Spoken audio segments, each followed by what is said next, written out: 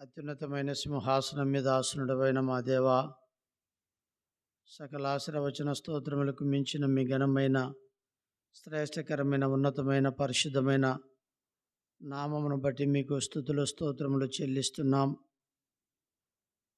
మహాగణుడవు, మహోన్నతుడవు, పరిశుద్ధుడవు, నిత్య నివాసివి, మహోన్నతమైన స్థలములలో నివసించు దేవుడవు, వినయము గలవారి యొద్దను దీన మనసు గలవారి యొద్దను నివాసమును చేసే మా గొప్ప దేవ, అన్ని నామముల కంటే ఉన్నతమైన నామములో హెచ్చింపబడుచున్న నామను బట్టి నీకెంతో వందనములు స్తోత్రాలు. మా దేవ, లోకములో పాపములో అంధకారములో చీకటిలో జీవిస్తున్న మా బ్రతుకు ఎరిగిన దేవ, మేము నశించిన నరకానికి వెళ్ళేది నీకు ఇష్టం లేక నీ ప్రియకుమారుడైన యేసుక్రీస్తు ప్రభుల వారిని మీరు ఈ లోకానికి అనుగ్రహించినారు. యేసుక్రీస్తు ప్రభుల వారు కల్వరి యొక్క శిలువలో చిందించిన రక్తము ద్వారా మా పాపమును కడిగి జీవం కలిగిన దేవుని యొక్క సంఘముగా మీరు చేసినందులకై మీకు ఎంతో వందనములు స్తోత్రాలు. దైవజనుడు భక్షింగంకుల ద్వారా మీరు అనుగ్రహించిన ప్రత్యక్షత దర్శనమును బట్టి వందనములు. అపోస్తుల బోధ, సహవాసము, రొట్టె విరుచుట, ప్రార్థన చేయుట, ఎడతేక కలిగి ఉండే గొప్ప ధన్యతనిచ్చినందులకై వందనములు స్తోత్రాలు.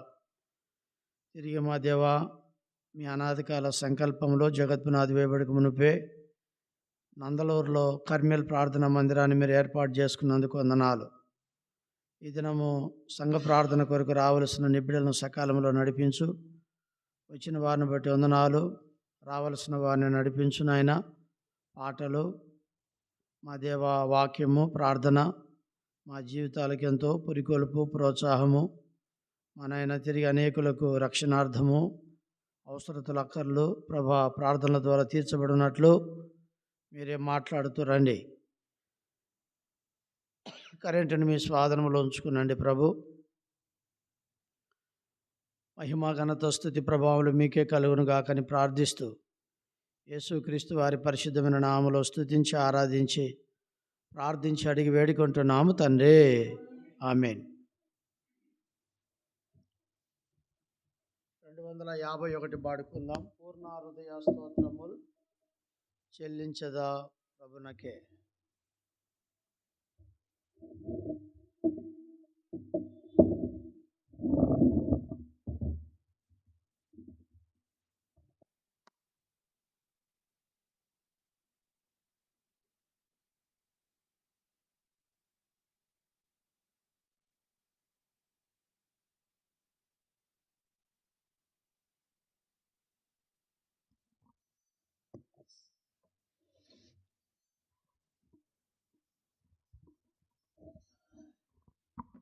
పూర్ణ హృదయ స్తోత్రముల్ చెల్లించెదా ప్రభునకే.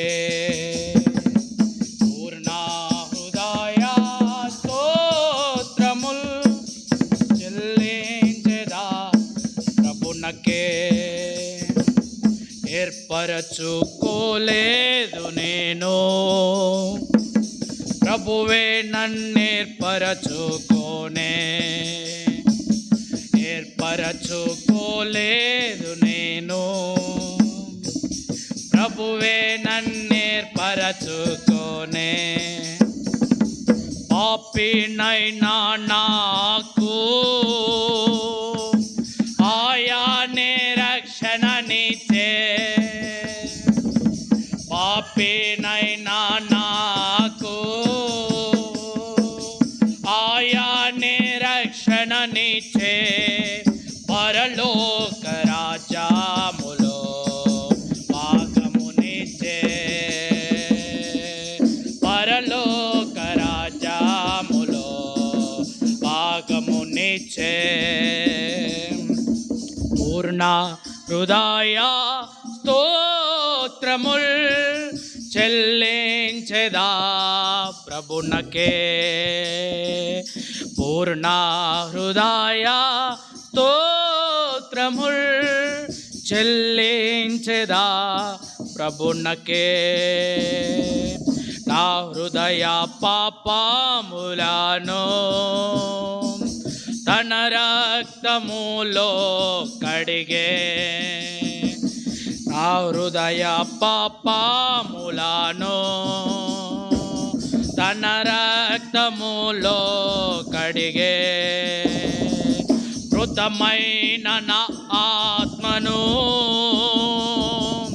జీవింపజేసే ప్రభు,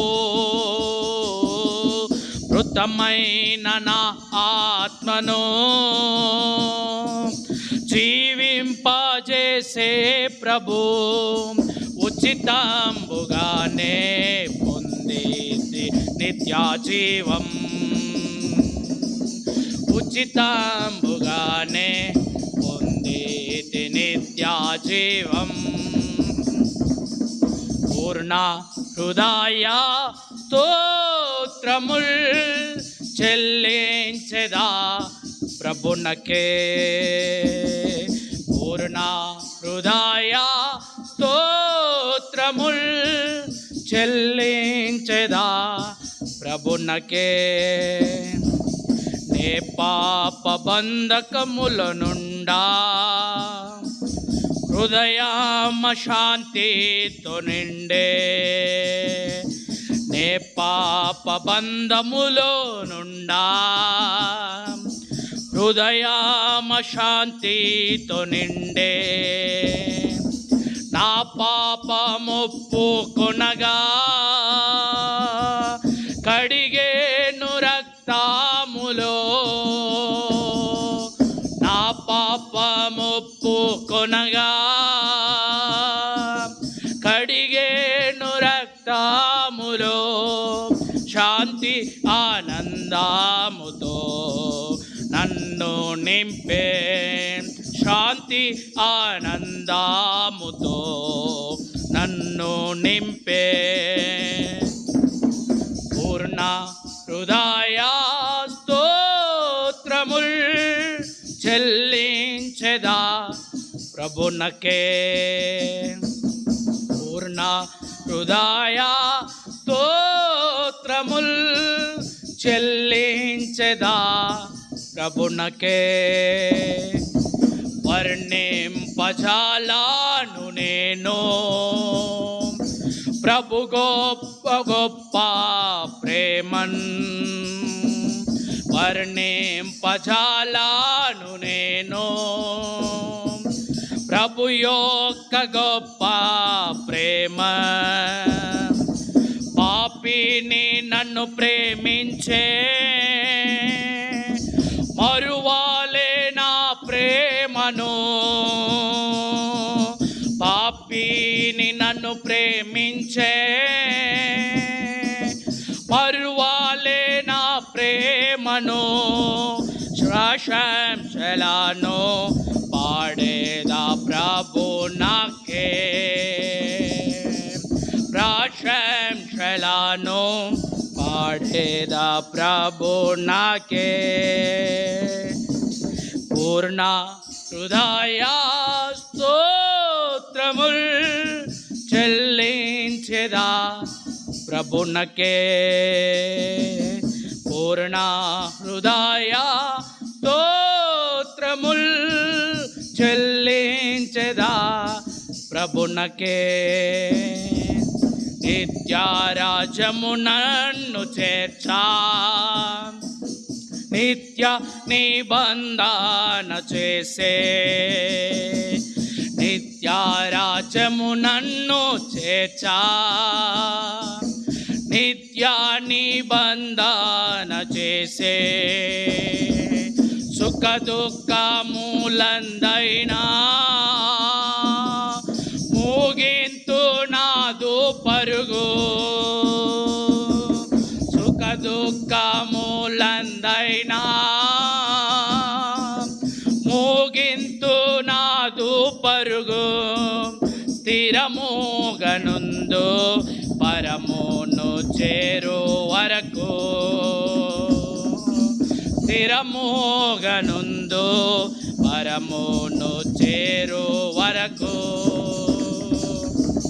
పూర్ణ హృదయ స్తోత్రముల్ చెల్లించెదా ప్రభునకే, పూర్ణ హృదయ స్తోత్రముల్ స్తోత్రముల్ చెల్లించెదా ప్రభునకే.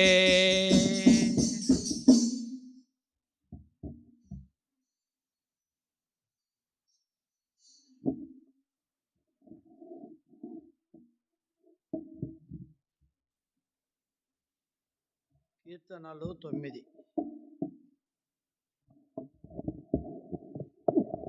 కీర్తన 9 మొదటి వచనము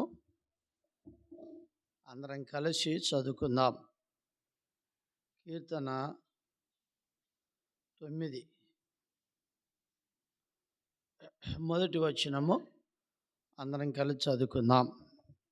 నా పూర్ణ హృదయముతో నేను యెహోవాను స్తుతించేదను. యెహోవా, నీ అద్భుత కార్యములన్నిటినీ నేను వివరించేదను. ప్రభు సహాయము కొరకే ప్రార్థన చేసుకుందాం. ప్రేమగల తండ్రి యేసు ప్రభువా, నీకెంతో వందనములు, స్తోత్రాలు. ఈ రాత్రికాలపు యొక్క ప్రార్థన కొరకై మాతో మీరు మాట్లాడండి. మీ స్వరం మాకు వినిపించండి. వాక్యమును ఆధారం చేసుకొని ప్రార్థించుటకు సహాయపడండి. మీ దయగల హస్తాలకు అప్పగించుకుంటూ వచ్చిన వారిని బట్టి స్తుతిస్తూ యేసు ప్రభు నామములో ప్రార్థించడి వేడుకుంటున్నాం తండ్రి, ఆమేన్. 9వ యొక్క కీర్తన మొదటి వచనం. నా పూర్ణ హృదయముతో నేను యెహోవాను స్తుతించేదను అన్నాడు. తను పూర్ణ హృదయముతో ప్రభువును స్తుతిస్తున్నాడు. అంత మాత్రం కాదు, ఆయన అద్భుత కార్యములన్నిటినీ నేను వివరించెదను అంటున్నాడు. చూడండి ఎంత అద్భుతమైన మాట. ఆయన అద్భుత కార్యములన్నిటినీ నేను వివరించేదను అంటున్నాడు. రాత్రికాల సమయంలో ప్రార్థనలో మనము పూర్ణ హృదయముతో ఏం చేసినా ఎట్లా చేయాలా? పూర్ణ హృదయముతో ప్రార్థన చేసిన, ఆరాధించిన, పాట పాడిన, లేకుంటే సేవ చేసిన, ఒక మందిరంలో పరిచర్య కానీ పని కానీ ఎట్లా చేయాలంట? పూర్ణ హృదయంతో. సో అలాగ చేస్తే దేవుడు మన జీవితంలో మనకేం చేస్తాడు అనేది దేవుని యొక్క వాక్యంలో మనం చూస్తాం. మన జీవితంలో దేవుడు చేసేది చూడకముందు పూర్ణ హృదయంతో మన ప్రభువును ఎట్లా మనము సేవించాలా అనేది మొదటిది. రండి, 119వ కీర్తన 69వ వచనం. 119వ కీర్తన 69వ వచనం చదవండి.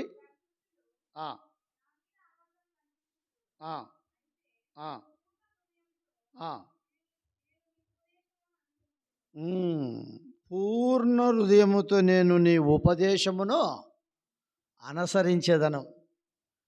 దేవుని యొక్క ఉపదేశమును అంటే దేవుని యొక్క వాక్యమును మనం ఎట్లా అనుసరించాలా? పూర్ణ హృదయంతో. దేవుని వాక్యము ఇక్కడి నుంచి చెప్పబడుతున్నప్పుడు నేను ఆ జీవితంలో ఇట్టి పూర్ణ హృదయముతో మనము అనుసరించాల దేవుని యొక్క వాక్యమును, లేకుంటే ఉపదేశమును. మనం ఇక్కడ ఆ మాటను చూడగలుగుతున్నాం. పూర్ణ హృదయముతో నేను నీ ఉపదేశమును అనుసరింతును. నేను అనుసరిస్తా. దేవుని బిడ్డలారా, మనం ఎప్పుడైతే పూర్ణ హృదయముతో మనము దేవుని యొక్క ఉపదేశమును మొట్టమొదటిగా అనుసరింతును అనే తీర్మానంలోకి మనం రావాలి.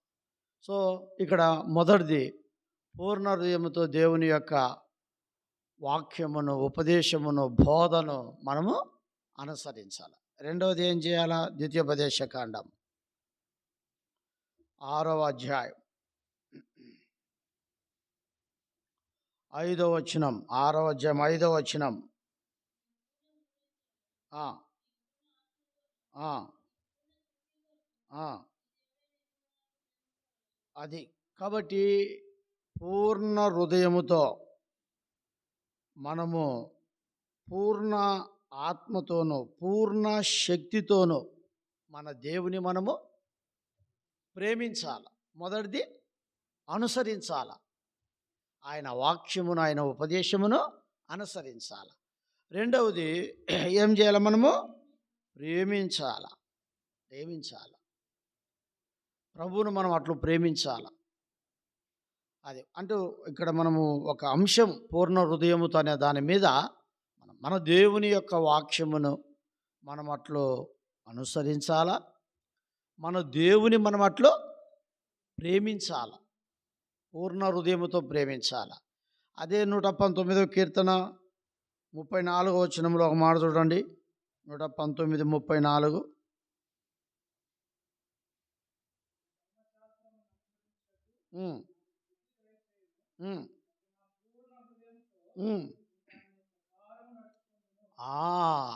పూర్ణ హృదయముతో మనం ఏం చేయాలా?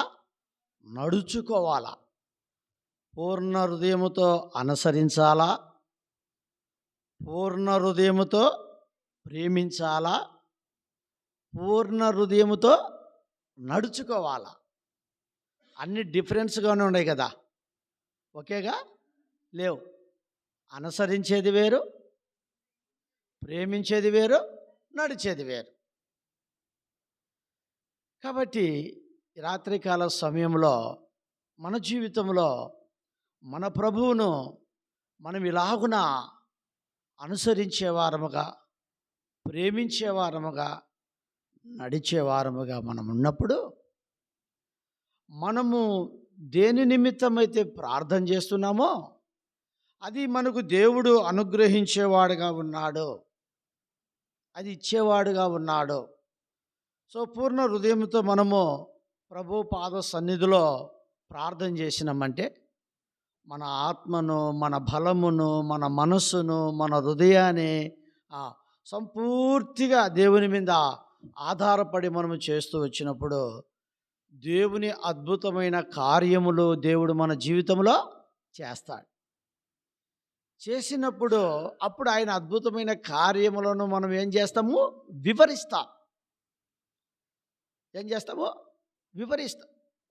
వివరిస్తామన్నమాట. కాబట్టి రాత్రికాల సమయంలో ప్రార్థనలోకి వెళ్ళకముందు, అవును ప్రభు, నా జీవితంలో నేను కూడా నా పూర్ణ హృదయముతో నేను నిన్ను అనుసరిస్తాను, నేను నిన్ను ప్రేమిస్తాను, నేను నిన్ను నడుచుకుంటాను అనే యొక్క గొప్ప మొట్టమొదటి తీర్మానంలోకి మనము రావాలి. వచ్చిన తర్వాత నెక్స్ట్ మనం చూస్తే రండి, ఇర్మియా గ్రంథం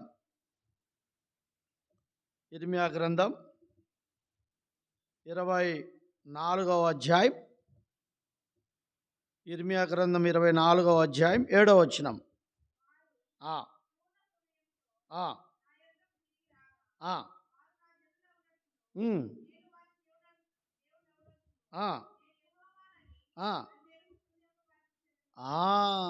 చూడండి, ఎప్పుడైతే మనము పూర్ణ హృదయముతో దేవుని యొద్దకు తిరిగి వస్తామో యెహోవా మనకి ఇక్కడ ఏం చేస్తున్నాడంట? నా జనులగునట్లును నేను వారి దేవుడు నగునట్లును నేను యెహోవానని నన్ను ఎరుగు హృదయం వారికి ఇస్తా. ఆయనను ఎరిగే హృదయం, ఎంత అద్భుతమైన మాట చూడండి. సో ప్రభు దగ్గరికి మనము పూర్ణ హృదయంతో ప్రభు యొద్దకు తిరగాల. ఏమంటుండే ఇక్కడ? నా యొద్దకు తిరిగి రావాలంటే వెనకాల ఒకరు పిలుస్తూ ఉండాలా. సాల్మన్ బ్రదర్, నువ్వు వచ్చేయని అంటే అప్పుడు నేను తిరిగి అంతే కదా, అదే అన్నమాట. కాబట్టి రాత్రికాల సమయంలో ప్రభు దగ్గరికి మనము తిరిగి రావాలి. వస్తే ఆయనను ఎరిగే హృదయం అంటే అది ఎంత చూడండి. బైబిల్లో ఆమె చెప్తుంది కదా, ఒకప్పుడు నేను తెలియనిది ఆరాధిస్తూ వచ్చింది. తెలియదంటే ఎరగనిది.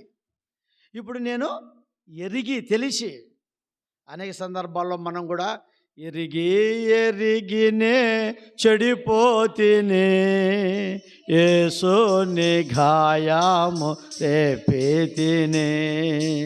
ఎరిగి ఎరిగినే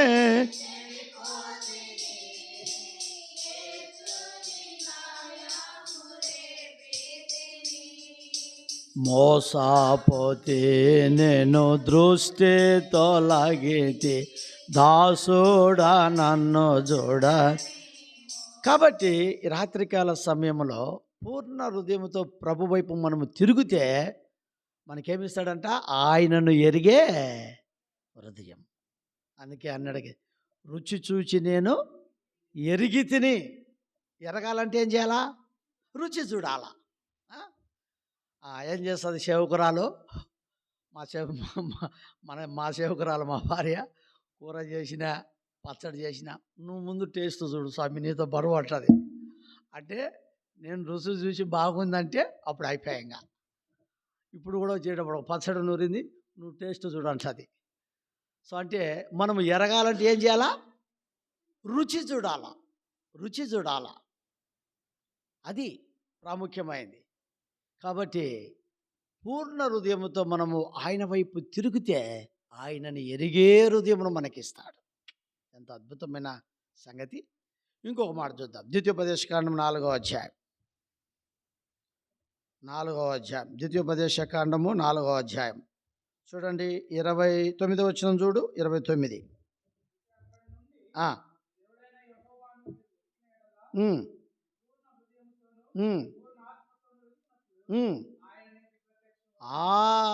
ఆయన మనకేమవుతాడంట? ప్రత్యక్షమవుతాడు. వారం రోజులు ఫోన్ చేయలే దానమయ్య. ఏమో దానమయ్య గారు ఫోన్ చేయలేదంటే అన్న అంటే ప్రత్యక్షత కనబడలేదని కదా. అట్లా దేవుడే ఏమవుతాడు? పాత నిబంధన గ్రంథంలో అబ్రహాముకు ఎన్నోసార్లు దేవుడు ఏమైనాడు? ప్రత్యక్షమైనాడు. ఇస్సాకుకైనాడు, యాకోబుకైనాడు కదా, ఎంతోమందికి అయినాడు. ఎప్పుడైతాడంటే పూర్ణ హృదయంతో మనం వెదికినప్పుడు, ప్రార్థన చేసినప్పుడు ఆయన హృదయముని ఎరిగేదే కాకుండా ఆయన మనకేమవుతాడు? ప్రత్యక్షమవుతాడు. అంటే కనబడతాడు, దర్శనమవుతాడు, చూపించబడతాడు, ఆయన కనబడతాడు అన్నమాట. కాబట్టి రాత్రికాల సమయంలో దేవుని బిడ్డలారా, నా పూర్ణ హృదయంతో నేను యెహోవాను స్తుతించదనే దావీదు ఎలాగనో 9వ కీర్తనలో చెప్తూ వచ్చినాడో ఆ మాటను బట్టి మనం తీసుకుంటే, అట్లు పూర్ణ హృదయంతో మనము మొదటిదిగా ఎదిగితే ఆయనను ఎరిగే హృదయమును మనకిస్తాడు. తర్వాత ఆయన హృదయం ఎలాంటిదో మనం తెలుసుకుంటాము. రెండవది, పూర్ణ హృదయంతో మనం అలాగనే వెదిగితే ఆయన మనకేమవుతాడు? హృదయమును ఎరిగేదే కాదు, తను తానే ఏం చేసుకుంటాడో ప్రత్యక్షపరుచుకుంటాడు. ఇప్పుడు చూడండి, జక్కయ్యకు దేవుడు ఏమైనాడు? ప్రత్యక్షమైనాడు. అయితే జక్కయ్య యేసు ప్రభువును చూడాలనుకున్నాడు కానీ, అవును కదా, యేసు ఎవరో చూడాలనుకున్నాడు. చూడండి, ఒక పాపి అయిన జక్కయ్య ఎంత గొప్ప పూర్ణ హృదయంతో అతనికి అయిపోయింది. ఇప్పుడు పూర్ణ హృదయం అని ఎట్లా చెప్పగలం? జక్కయ్యలో యేసు ప్రభువును చూసేదానికి పూర్ణ హృదయం అని ఎట్లా చెప్పగలమంటే, అడంతా గుంపులు ఉండారు. పోయినోడు మనోడు చూస్తే పొట్టోడు, అందరూ పొడుగుటోళ్ళు ఉండారు. ఇట్ట చూసానే కనపల్లే. అరే వీటికి వస్తే నేను జక్కయ్యను చూడలేనే, అందుకే పొట్టోళ్ళకు పుట్టడు పాలని ఏం చేసినాడంటే పోయి మేడి చెట్టు ఎక్కినాడు. చూడండి, అంటే దీన్ని బట్టి మనం తీసుకుందాం. మేడి చెట్టు ఎక్కినాడు. వీళ్ళేంద్రా నాకు అడ్డం వచ్చేది, ఇక్కడ డ్రమ్ము వేసుకునే కింద పడతా, కుర్చీ వేసుకునే కింద పడతా, రాయి పెట్టుకునే కింద పడతా, ఇంకొకటి ఎక్కినా కూడా నేను కనపడడం ఏమో, వీళ్ళందరికంటే ముందు నాకే కనబడతాడు, నేనే మాట్లాడతానని పోయి చూడండి. అందుకే పుట్టేళ్ళకు పుట్టెడు రూపాయలని మేడి చెట్టు ఎక్కినాడు అనమాట. మేడి చెట్టు ఎక్కితే ఇంత ఆసక్తి, పూర్ణ మనసు, పూర్ణ ఆత్మ తనలో ఉండేది దేవుడు అందరి హృదయములు, అందరూ అంటే పాపల హృదయములు ఎరుగు, పరిశుద్ధుల హృదయములు ఎరుగు. అప్పుడు యేసు ప్రభువు ఎరిగారు, అరే జక్కయ్యకు నా మీద ఎంత పూర్ణంగా ఉండరా నాయనా అని. నేరుగా అటు వస్తున్నాడా, ఇటు వస్తున్నాడా, ఏ దారిని వస్తున్నాడని ఇటు కళ్ళు పెట్టి చూసే లోపల ఎట్ట ప్రత్యక్షమైన జక్కయ్య తొలగలో డబిక్కి దిగాడు. అట్టే అది ఆయన ప్రత్యక్షం అవ్వడం అంటే. ఆయన ప్రత్యక్షం చూడండి.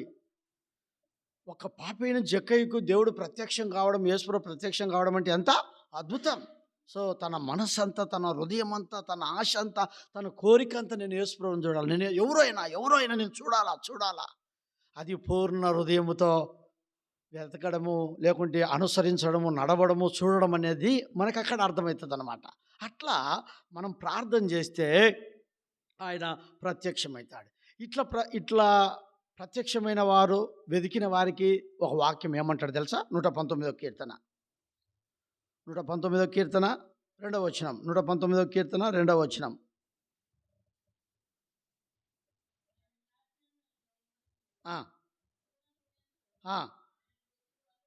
అది పూర్ణ హృదయముతో ఆయనను వెతుకువారు ధన్యులు. ఇప్పుడు జక్కయ్య ధన్యుడే కదా? సో ధన్యుడే కదా చెప్పండి. బా ఎంత ధన్యుడు! యేసుప్రభువే జక్కయ్య కాడికి వచ్చినాడు. సో ఎంత ధన్యుడు అంటే అంత ధన్యుడు. పూర్ణ హృదయముతో ఆయనను వెతుకువారు ధన్యులు. ఎంత ఆయన హృదయముని ఎరిగేవారు ధన్యులు. ఆయన ప్రత్యక్షతను చూసేవారు ధన్యులు. అర్థమైందా? ఎంత ధన్యకరమందో మనం చూస్తూ ఉంటున్నాం. ధన్యుడవు నీవు, ధన్యుడవు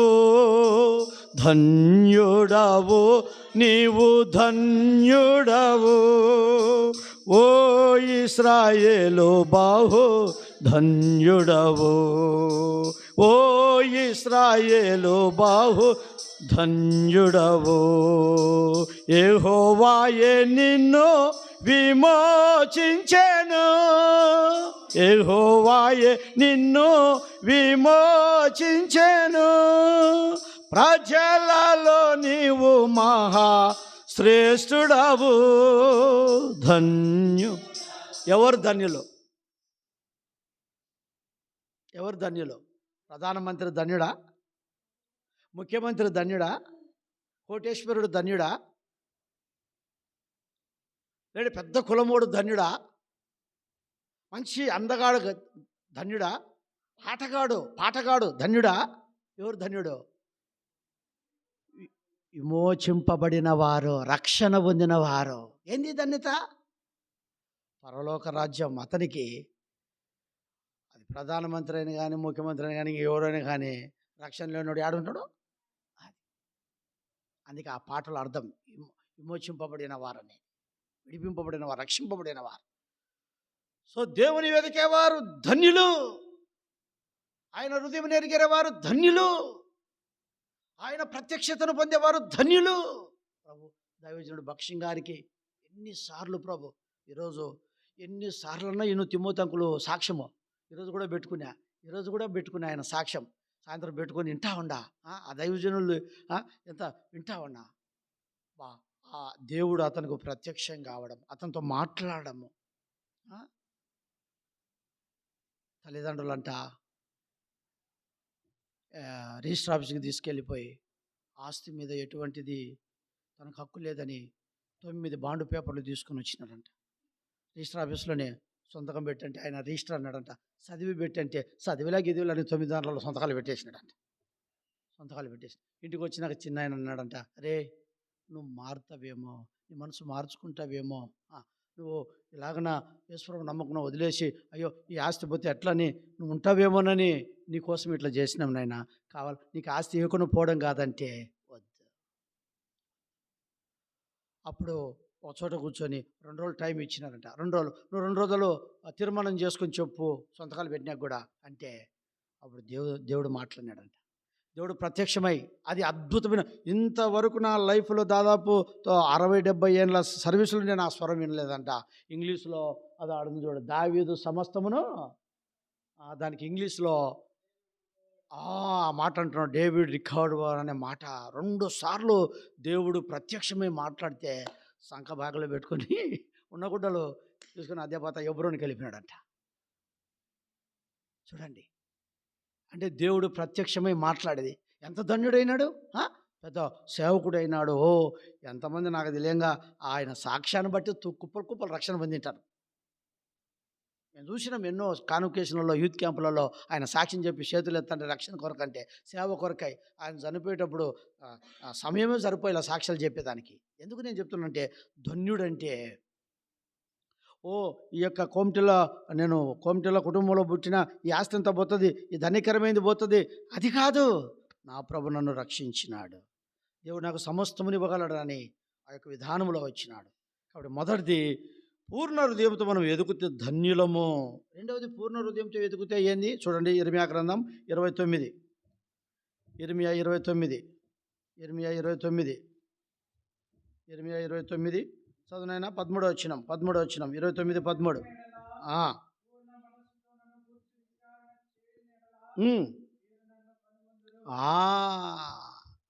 పూర్ణ హృదయంతో వెతికిన వారికి ఏమంటున్నాడంట, ధన్యుడు అని చెప్తున్నాడు. అయితే ఇక్కడ ఏమంటున్నాడు, మీరు పూర్ణ మనసుతో మీరు నన్ను వెతికినప్పుడు, విచారణ చేసినప్పుడు మీరు నన్ను కనుగొంటారు నన్ను కనుగొంటారు కదా. కాబట్టి ప్రతి ఒక్క వచనంలో ఏముంది, పూర్ణ హృదయం అనే మాట మనం తీసుకుంటున్నాం. సో ఒక అంశం ఏదైనా మనం తీసుకున్నప్పుడు దానికి చాలా ఇది ఉండాలన్నమాట. కాబట్టి దేవుని బిడ్డలారా, ఈ రాత్రి కాలంలో ప్రార్థనకు వచ్చిన నీవు నేను మనమందరము ఈ యొక్క మాటలను జ్ఞాపకం పెట్టుకొని ప్రార్థన చేద్దాం. ప్రభునా పూర్ణ హృదయంతో ప్రార్థిస్తాం, పూర్ణ హృదయంతో వెతుకుదాం, పూర్ణ హృదయంతో విచారిస్తాం. మన మనస్సు, మన ఆత్మ, మన బలము, మన హృదయము ప్రతిదిని పూర్ణముగా ప్రభు మీద డిఫెండ్ అయ్యి మనం అలాగున ప్రార్థన చేసినప్పుడు దేవుడు మనకేమిస్తాడు, జవాబిస్తాడు. ఇంకొక మాట 2 మాటలు చూసుకుని మనము ప్రార్థనలోకి వెళ్ళిపోదాం. 119వ కీర్తన 145వ వచనం, 145 చదవండి. 119, 145.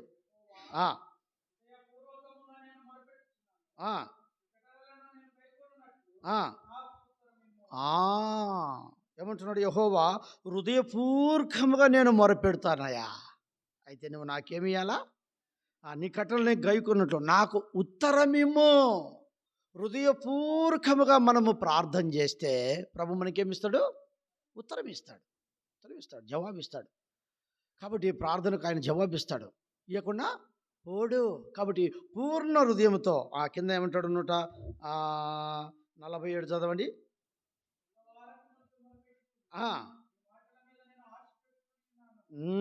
తెల్లవారక ముందే నేను మొరపెట్టిన. తెల్లవారైనా కూడా కొంతమంది లేరు. వార్త నిన్న ఒకరింటికి విజిటింగ్ పోయినా, విజిటింగ్ పోతే ఆ పాపను అడిగిన, 8 గంటలకు లేచావంటే 8 గంటలకు లేచా అంకులు అంటుంది. ఓ అమ్మ కదే తల్లి, ఏమక్క నువ్వేమన్నా ఏం చెప్తావన్నా, నేను ఖచ్చితంగా మీ అమ్మని అడుగుతా, లేదంటే మందిరంలో ఆయన అడుగుతా, నువ్వు కనీసం 6 వరకన్నా పండుకో, 5కు లేకుంటే మళ్ళీ 6కు పండుకో. 6కు పండుకొని పద్దం లేస్తానే మోకాల మీద ప్రార్థన చేసుకోవాలా, బైబిల్ చదువుకోవాలా అని అంటే, సరే అంకుల్ నువ్వు చేసుకోకపోతే మీ అమ్మని అడుగుతా, లేకుంటే దేవుడు చూస్తున్నాడు అనే లోపల మళ్ళీ ఫోన్ చేసిన, అమ్మ లేచినాడా అంటే 7 గంటలకు లేచింది నాన్న. సరేలే 6 గంటలకు లేయాలా అని చెప్పిన. అట్లా చూడండి, తెల్లవారక ముందే దావీదు ఏం చేస్తున్నాడు, మొరపెడుతున్నాడు. అది ఎంతో ప్రశస్తమైన సమయం, మంచి ప్రభుతో గడిపే సమయం. పెందలకాడ తెల్లవారక ముందే లేచి ప్రభు సన్నిధిలో మోకాళ్ళ మీద ప్రార్థించడం ఎంతో మంచిది అన్నమాట. అది మన జీవితంలో నేర్చుకోవాలి, అది అలాగనే చేయాలా. 119వ కీర్తన చూడండి, 119వ కీర్తన 111వ వచనం, 111వ వచనం చదవండి.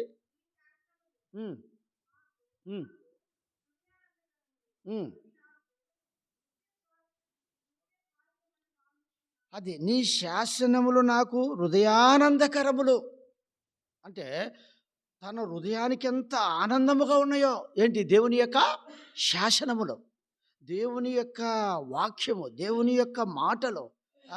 ఆ దేవుని మందిరానికి పోయినామంటే, అబ్బా ఈరోజు నా హృదయం ఎంతో హర్షించుతూ ఉందయ్యా, నా హృదయం చాలా సంతోషంగా ఉందయ్యంట.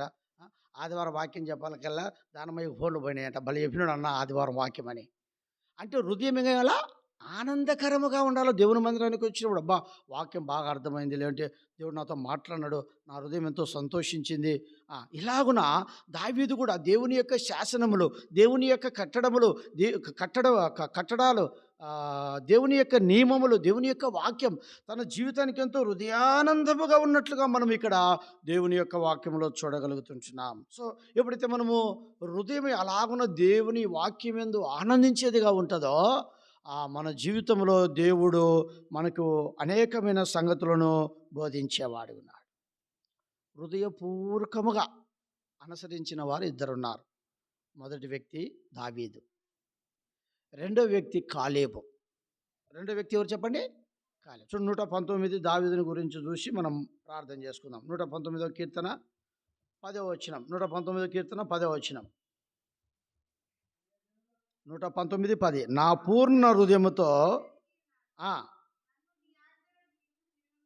నా పూర్ణ హృదయముతో నిన్ను నేను వెతికిన చెప్తున్నాడు దావీదు. ఇప్పుడు దావీదు పూర్ణ హృదయంతో వెతికినట్లా కాదా? ఇప్పుడు కాలేబు దగ్గరికి పోదాం. కాలేబు కూడా చూడండి, చదవండి. ద్వితీయోపదేశకాండం 1వ అధ్యాయం 36వ వచనం. ద్వితీయోపదేశకాండం 1వ అధ్యాయం 36 చదువునైనా. 1:36 చదువు. 1:36.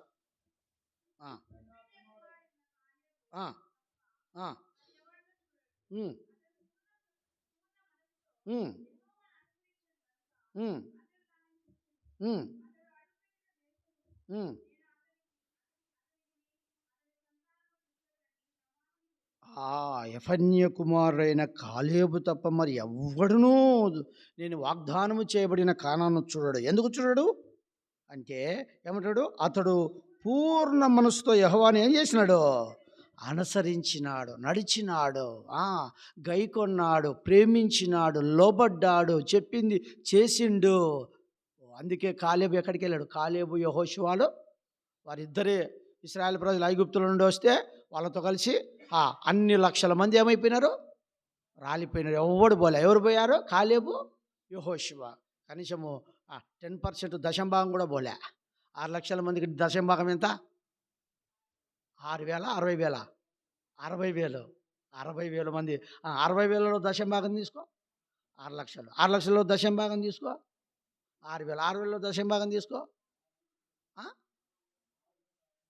6 మంది 60 మంది? 60 మంది. 60 మందిలో దశంభాగం ది 6లో దశంభాగం ది ఏడుంది? ఇద్దరు పోయినారు, దావీదు, కాలేబు. అంటే ఎందుకు? నిండు మనస్సుతో ప్రభును క్షమించండి, యెహోషువ, కాలేబు వాళ్ళిద్దరు వెళ్ళారు. కాబట్టి దేవుని హృదయపూర్వకముగా అనుసరించిన వారు వీరిద్దరు. కాబట్టి దారితో కలిసి దావీదు అంట. అందుకే దేవుడు దావీదుని గురించి ఒక మాట, నా హృదయాను, అద్భుతమైన మాట కదా. నా హృదయానుసారుడు అంటే ఊరికి ఎలా చెప్తే అవుతుందా? కాదు. అందుకే హృదయమార మొరపెట్టినాడు, అనుసరించినాడు, చేశాడు దావీదు. కాలేబు కూడా అలాగనే ఉన్నాడు. ఈ రాత్రికాల సమయంలో మనం కూడా, అవును ప్రభా, నా పూర్ణ హృదయంతో నిన్ను అనుసరిస్తా, నా పూర్ణ హృదయంతో నిన్ను ప్రేమిస్తా, నా పూర్ణ హృదయంతో నడుచుకుంటా, నా పూర్ణ హృదయంతో ప్రార్థన చేస్తా, నా పూర్ణ హృదయంతో వెతుకుతా, నేను ధన్యుడును ధన్యురాలను అయిపోతా. సో నా హృదయం ఎంతో హర్షించేదిగా చేసుకుంటా. ఆనాడు దావీదు ఏ విధంగా అనుసరించినాడు, కాలేబు యెహోషువలు ఏ విధంగా పూర్ణ హృదయంతో అనుసరించి కానానులో చేరారో నేను కూడా చేరాల ప్రభా అని అట్లా మనము ప్రార్థన చేద్దాం. దయచేసి సంఘ వాగ్దానం జ్ఞాపకం పెట్టుకోండి. ఆదికాండం 26:24 ఏమనుంది? నేను నీకు తోడై ఉన్నాను కనుక భయపడొద్దు అన్నాడు. కాబట్టి వాగ్దానం జ్ఞాపకం చేసుకోండి. రెండవది, మన సంఘంలో శత్రు కార్యం లేకుండా దేవునికి మహిమకరముగా